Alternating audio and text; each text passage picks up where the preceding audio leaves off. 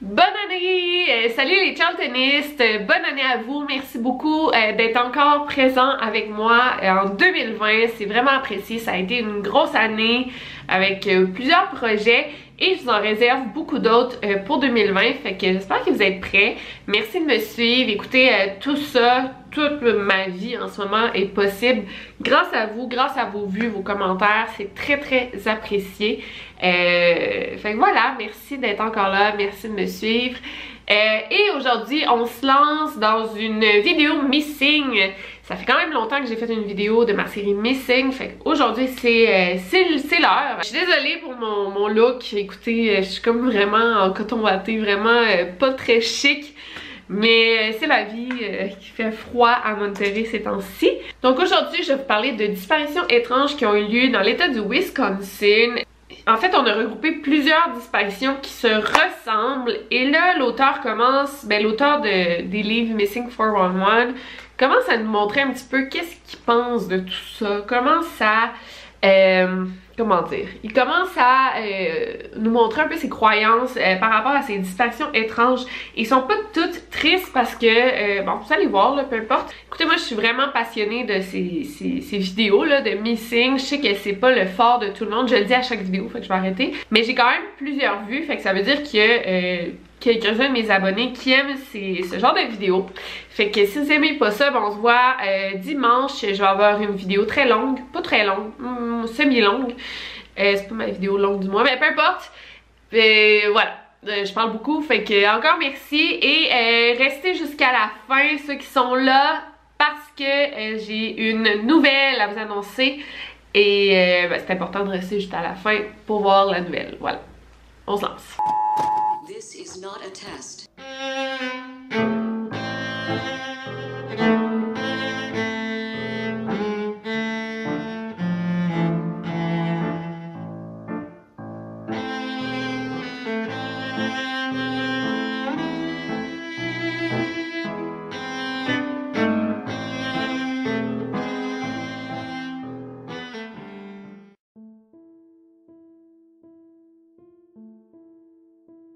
Donc encore une fois, je vous rappelle que toutes ces disparitions ont lieu dans les parcs nationaux américains, où c'est pas seulement des parcs nationaux, c'est dans des forêts, dans des lacs, des endroits comme ça. Pour cette histoire, nous avons la famille Bill Grien qui vit en campagne dans le Wisconsin, plus précisément dans la ville de McMillan. Donc le 21 octobre 1910, on a Madame Bill Grien qui laisse son bébé sur son terrain devant sa maison. Elle avait comme un grand terrain, ça me fait penser à l'histoire du petit Grégory d'ailleurs.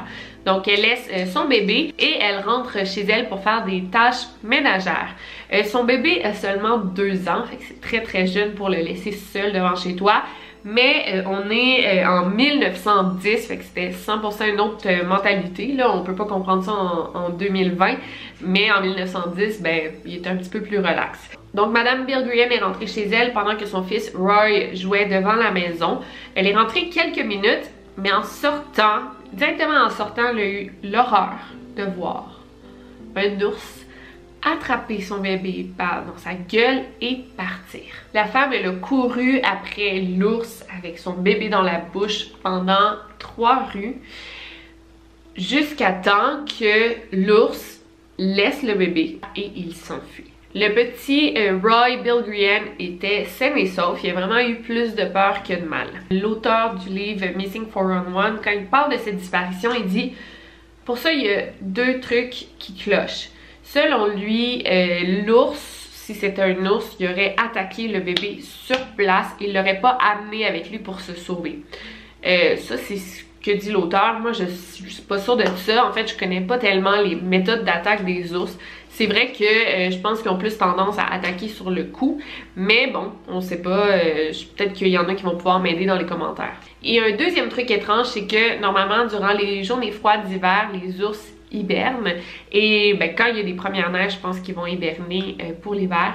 Et là, c'était le 21 octobre et il y avait de la neige à l'extérieur. Donc, c'est assez étrange de voir un ours dans ces conditions. Mais selon moi, le plus étrange, c'est l'article qui est sorti dans le journal par rapport à cet incident. C'est sorti le lendemain de l'accident. Donc, je vous traduis l'article. Madame Herman Bilgren était horrifiée en sortant de chez elle quand elle a vu un énorme ours noir qui s'en allait vers la forêt avec son enfant. À cause de ses cris hystériques et de sa terreur, le fille de la voisine qui passait par là a tout de suite couru après l'ours. Je me suis trompée, c'était pas Madame Bilgren qui courait après l'ours, c'était la fille de la voisine, peu importe. Elle a suivi l'ours pendant 3 rues jusqu'à temps que l'ours laisse tomber sa proie et disparaisse en forêt. Ça, c'est l'article qui est sorti le lendemain. 5 jours plus tard, il y a un autre article qui est sorti décrivant encore une fois l'incident dans un autre journal, et là, lisez ça. Madame Bilgren est sortie de chez elle pour veiller sur son enfant, mais elle était horrifiée de voir un gros animal très foncé. Elle pense que c'était un loup qui s'enfuyait avec son bébé dans la gueule. Donc, comment la femme est passée d'un ours à un loup? Surtout qu'elle a suivi la bête pendant 3 rues et bon, ça ressemble, tu sais, des ours puis des loups, c'est très différent, ça se ressemble pas du tout. Donc, comment elle a pu se tromper? 5 jours plus tard, elle a une version complètement différente des faits. Et là, l'auteur nous laisse sous-entendre de qu'est-ce que lui croit qui pourrait être à l'origine de toutes ces disparitions étranges. Une bête quelconque, foncée, peut-être un yeti ou comment on appelle ça, un sasquatch ou quelque chose comme ça. Parce que pensez-y bien, quand on dépeint à quoi pourrait ressembler le yeti, on le décrit tout le temps d'une manière comme si c'était comme un ours mélangé avec un homme. Fait que peut-être que la femme, en voyant ça, elle a dit « Ok, c'est un ours », mais peut-être que des gens par après lui ont dit « T'es sûr que c'est un ours? » Parce que normalement, en hiver, les ours hibernent, donc c'est impossible que ça soit un ours. Et là, la dame, pour essayer de rationaliser, elle a dit « Ok, ouais, peut-être que c'était pas un ours finalement, tu sais, vu que tout le monde me dit que c'est impossible, peut-être que c'était un loup. » Mais ce qu'elle a vu, c'était un ours ou un large animal brun. Donc voilà. Donc c'est assez étrange, cette confusion là de quel animal qu'elle a vu. Encore une fois, l'ours et le loup ne se ressemblent pas et ça a été l'un des moments les plus importants de sa vie, les plus horrifiants, j'imagine. Donc je pense qu'elle se rappelle de ce qu'elle a vu, la femme. Peu importe. Donc dites-moi ce que vous en pensez dans les commentaires et on passe à la deuxième histoire.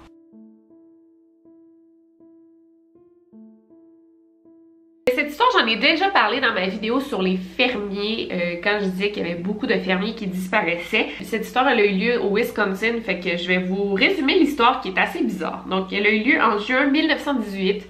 Un dimanche matin, on a Edward Gerke qui quitte sa maison à 6 h pour aller dans son champ derrière sa ferme. Quand il n'est pas retourné à la maison sur l'heure du dîner comme d'habitude, sa famille s'est inquiétée. C'est vers l'heure du midi qu'on a retrouvé Edward dans un fossé qui était dans son champ. Il y avait le cou brisé et du sable dans la bouche. Ses vêtements étaient partiellement brûlés. Les policiers ont fait une enquête parce qu'ils étaient complètement déroutés à savoir pourquoi son cou était brisé et pourquoi il y avait du sable dans la bouche. Le coroner pense qu'il aurait pu être tué par un éclair, mais ça reste encore des suppositions. Donc encore aujourd'hui, cette mort reste irrésolue et très étrange.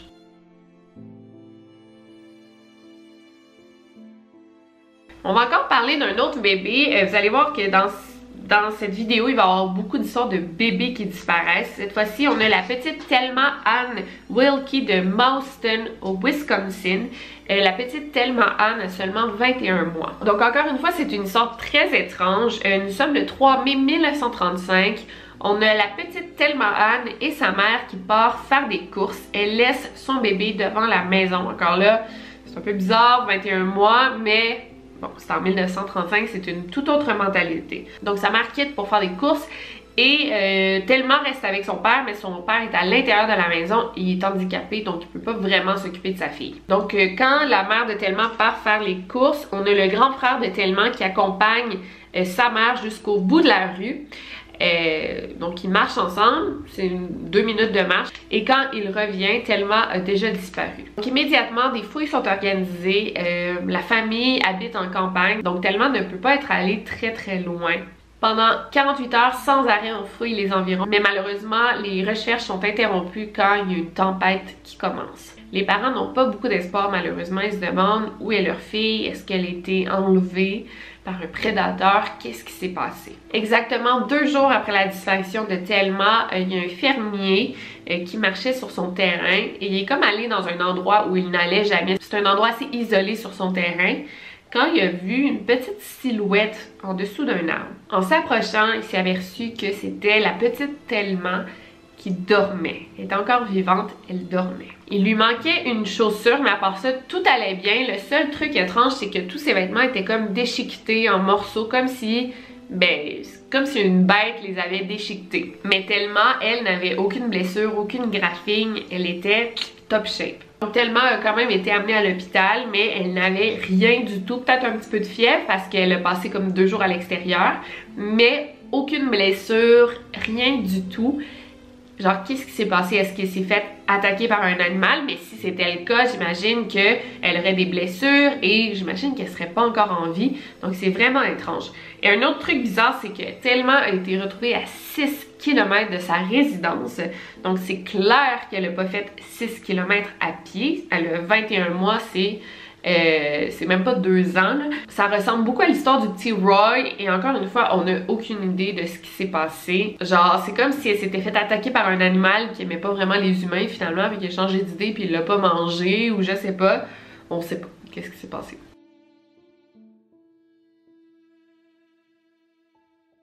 Cette histoire ressemble encore une fois aux 2 précédentes. On parle d'un enfant de 3 ans. Nous sommes le 7 juillet 1936 et les parents du petit Harold King le laissent chez ses grands-parents pour passer l'après-midi. On est à Washburn, encore une fois, dans le Wisconsin. La maison des grands-parents est proche d'une grande forêt et il y a beaucoup de marécages dans le coin. On ne sait pas exactement comment, mais le fait est que Harold a disparu. Peut-être qu'il n'était pas surveillé par ses grands-parents, peut-être qu'il avait le dos tourné, peut-être que lui est allé dehors. On n'a pas beaucoup de détails sur sa disparition, mais il s'est comme évaporé dans la nature alors que ses grands-parents ne regardaient pas. Les policiers ont tout de suite entrepris des recherches dans le secteur, mais ils ont été interrompus par un gros orage. Et ce qui est bizarre, c'est qu'il y avait des chiens pisteurs, mais il n'y avait comme aucune odeur à suivre, donc il y avait beaucoup de difficultés à accomplir leur travail. Le lendemain, il y a quelques voisins qui ont entendu un son qui provenait d'un marais du coin. Les voisins ont décrit ce son comme étant wailing, qu'on pourrait traduire un gémissement. Donc ils ont comme entendu un gémissement dans le marais du coin, et ils se sont approchés pour voir qu'est-ce qui se passait. Et c'est là qu'ils ont découvert le corps du petit Harold qui flottait sur le marais. Et il était encore vivant. Il portait seulement des sous-vêtements. Tous ses vêtements avaient été enlevés, retirés, mais on les a jamais retrouvés. Et Harold a été retrouvé à 6 km de sa maison. Encore là, c'est vraiment difficile pour un petit gars de 3 ans de parcourir une distance de 6 km seul en une journée. On l'a amené d'urgence à l'hôpital, il délirait, il allait pas bien du tout, il faisait de la fièvre. On avait peur qu'il souffre de pneumonie, mais finalement il s'en est sorti, tout était beau. Donc comme vous pouvez voir, cette histoire est vraiment étrange, elle ressemble beaucoup aux 2 autres. Pourquoi autant de bébés disparaissent? Et là on les retrouve vivants, dans un état quand même correct pour des bébés qui ont passé 2 jours seuls à l'extérieur de la maison. Puis aussi, on les retrouve aussi loin. Donc, pourquoi il s'est ramassé à 6 km de sa maison? Pourquoi on l'a retrouvé dans un marais? Et pourquoi ses vêtements avaient disparu? On n'a aucune idée. Et dans les 3 cas, mais c'est des bébés, donc ils ont de la difficulté à exprimer ce qu'ils ont vécu. Fait qu'on ne sait pas qu'est-ce qui s'est passé.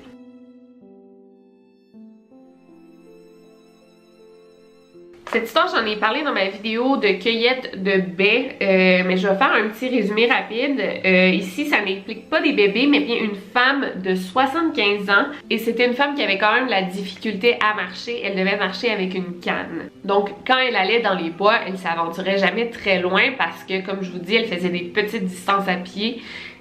C'était assez handicapant là, de sa difficulté à marcher. En juillet 1943, elle s'est rendue dans sa cour pour aller cueillir des baies, donc juste à l'arrière de chez elle, et elle n'est jamais revenue. Plus de 50 hommes l'ont cherchée pendant plusieurs jours, mais on l'a jamais retrouvée. Et encore aujourd'hui, en 2020, on n'a jamais retrouvé le cadavre de August Nelson de Drummond au Wisconsin. C'est vraiment bizarre, c'est difficile à comprendre comment une femme a pu disparaître dans sa propre cour si elle ne peut pas marcher. Ça me surprendrait qu'on parle d'un kidnapping. C'est rare qu'on enlève des personnes âgées. Qu'est-ce qui s'est passé?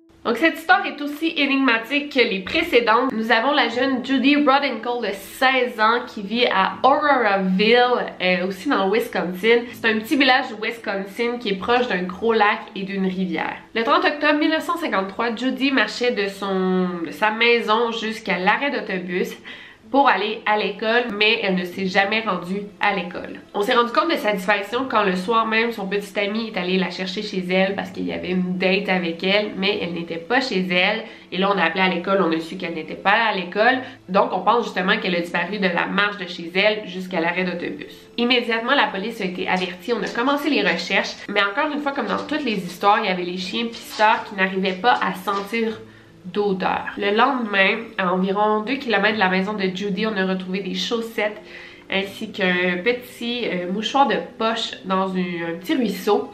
Et ces items appartenaient à Judy, mais Judy est encore introuvable. C'est 3 jours plus tard que Judy a enfin été retrouvée. C'est en soirée qu'un fermier qui a trouvé l'adolescente sur sa ferme et elle était inconsciente. Dans un article sur le sujet qui a été écrit à l'époque, ça dit que tout indique que Judy se serait cachée pendant 3 jours dans la ferme. Mais là, on se demande, elle s'est cachée de quoi? T'sais, elle était pas très loin de chez elle, c'est un petit village, donc elle devait savoir où elle était. Pourquoi elle a senti le besoin de se cacher? C'était pas une fugue, on ne sait pas pourquoi elle s'est cachée. Mais aussi, pourquoi Judy aurait enlevé ses chaussettes. Elle était nu-pieds quand on l'a retrouvée, puis je vous rappelle qu'on a retrouvé ses chaussettes dans un ruisseau. C'est une fille du Wisconsin. Elle sait très bien qu'au mois de novembre, c'est pas conseillé d'enlever ses chaussettes parce qu'il fait froid. Donc, pourquoi Judy a été retrouvée nu-pieds, cachée dans une grange, on n'a aucune idée. Quand on a amené Judy à l'hôpital, elle était dans un état de choc et ne se rappelait pas de quoi que ce soit. Et elle n'a jamais pu expliquer à ses proches qu'est-ce qui s'est passé cette journée-là, pourquoi elle a disparu, qu'est-ce qu'elle a vu, de quoi elle se cachait.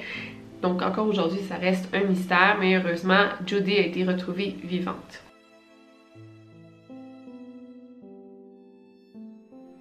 Finalement, ma dernière histoire a lieu dans une réserve indienne du Wisconsin. C'est un endroit qui, encore une fois, est très marécageux et mouillé. À nouveau, on parle d'un bébé, la petite Colleen Turtillo de 18 mois. Nous sommes le 3 juillet 1988 et d'une manière qu'on ignore, la petite Colleen disparaît. Il n'y a pas beaucoup de détails sur cette disparition, donc on ne sait pas de quelle manière Colleen a disparu. Mais bon, elle a disparu. Très vite, les autorités sont alertées et les recherches commencent. On entreprend des fouilles de toute la région.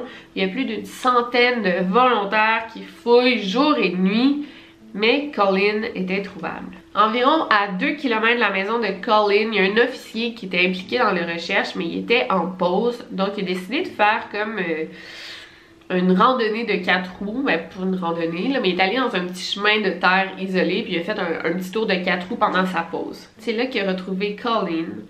La petite fille était nue et avait des égratignures partout sur son corps. Elle était très fatiguée, mais elle était clairement en bonne santé, tout allait bien. Quand elle a disparu, elle portait juste une couche et une petite barrette dans les cheveux. Ses items n'ont pas été retrouvés, donc on l'a retrouvée nue sans sa barrette. Bon, une barrette, ça peut facilement tomber, mais sans sa couche. Ce qui est bizarre, c'est que dans cette région, même au mois de juillet, il fait environ 5 degrés Celsius durant la nuit, ce qui est quand même très très froid. Donc on se demande comment la petite Colleen a pu survivre une nuit entière à 5 degrés Celsius sans qu'elle tombe malade parce qu'elle allait très très bien. Est-ce que quelque chose l'a gardée au chaud? On ne sait pas. Donc voilà pour ces histoires. C'est vraiment bizarre parce que dans chaque histoire qui a eu lieu, c'est comme des gens qui peuvent pas parler, qui disparaissent, soit des bébés. Donc ils n'ont pas encore les capacités langagières pour exprimer ce qu'ils ont vu durant leur courte disparition. Et la jeune fille de 16 ans, ben en fait quand elle a été retrouvée, elle ne se rappelait de rien. Donc c'est des histoires très très étranges. Moi, on dirait qu'il n'y a aucune logique à tout ça. C'est comme, en tout cas, moi je pense vraiment que ça peut être une histoire d'extraterrestre, ça peut être une histoire d'autres dimensions, on ne sait pas. Mais j'aimerais connaître vos théories dans les commentaires.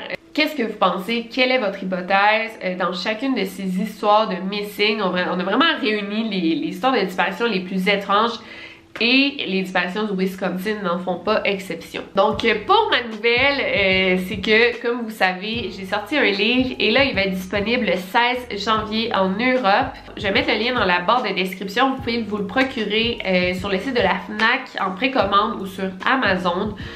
Honnêtement, pas besoin de me dire et dans tel pays est-ce qu'il va sortir, dans tel pays, je saurais pas vous dire. Là. Moi, mon livre sort en France et au Québec. Belgique, Suisse, c'est pas loin, je pense que ça va être assez facile. Sinon, regardez sur Amazon Canada, Amazon France. Moi, je sais que Amazon États-Unis livre au Mexique, fait que c'est de regarder à peu près où il est disponible. Donc voilà. Et aussi pour la sortie de mon livre en France, je vais aller faire une petite tournée promotionnelle en France durant une semaine.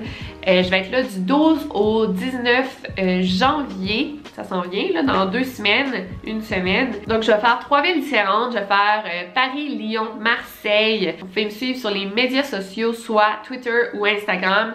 Et là, je mets toutes les dates de mes séances de dédicaces et tout, fait que ça me ferait vraiment plaisir de vous voir, les Européens qui peuvent se déplacer. Aussi, pas besoin de me dire et Angers et Nantes, je peux pas faire toutes les villes de la France, malheureusement je suis juste là une semaine, mais je pense qu'avec Lyon, Marseille, Paris, c'est quand même 3 grosses villes importantes et profitez-en parce que c'est pas tous les jours que je vais en Europe, en fait c'est ma première fois d'ailleurs, fait que c'est ça. Je suis vraiment contente, j'ai hâte de vous voir pour ceux qui peuvent se déplacer. Et encore une fois, je peux vous annoncer les dates quand elles vont être sûres. Je vais les mettre dans l'onglet communauté sur YouTube. Et sinon, vous pouvez me suivre sur Instagram, Twitter. C'est là que je mets toutes les informations. Fait que j'ai hâte de vous voir. Et sinon, n'oubliez pas de garder l'œil ouvert. Over and out.